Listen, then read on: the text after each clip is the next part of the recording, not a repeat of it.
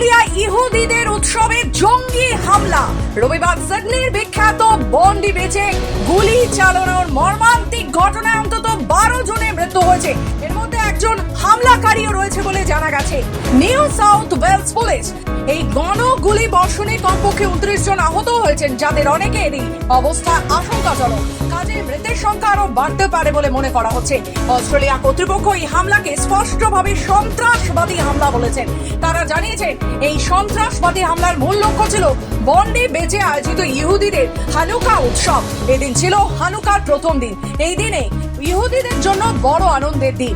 অস্ট্রেলিয়ার এই জনপ্রিয় সমুদ্র সৈকতে এদিন যখন ইহুদি সম্প্রদায়ের সদস্যরা হানুকার প্রথম দিন উদযাপনে মেতেছিলেন, ঠিক তখন আচমকাই তাদের উপরে এই নৃশংস হামলা হয়।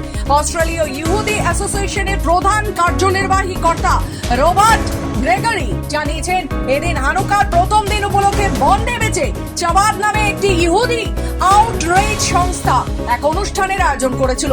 এই অনুষ্ঠানই ছিল সন্ত্রাসবাদীদের নিশানা।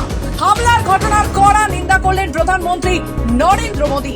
এই ঘটনাকে জঙ্গিহানা হামলা আখ্যা দিয়ে প্রধানমন্ত্রী বলেন, সন্ত্রাসবাদের বিরুদ্ধে ভারত জিরো টলারেন্স নীতি মেনেই চলে। সন্ত্রাসবাদের বিরুদ্ধে লড়াইকে ভারত সবসময় সমর্থন করবে। ব্যুরো রিপোর্ট, খবর বাংলা।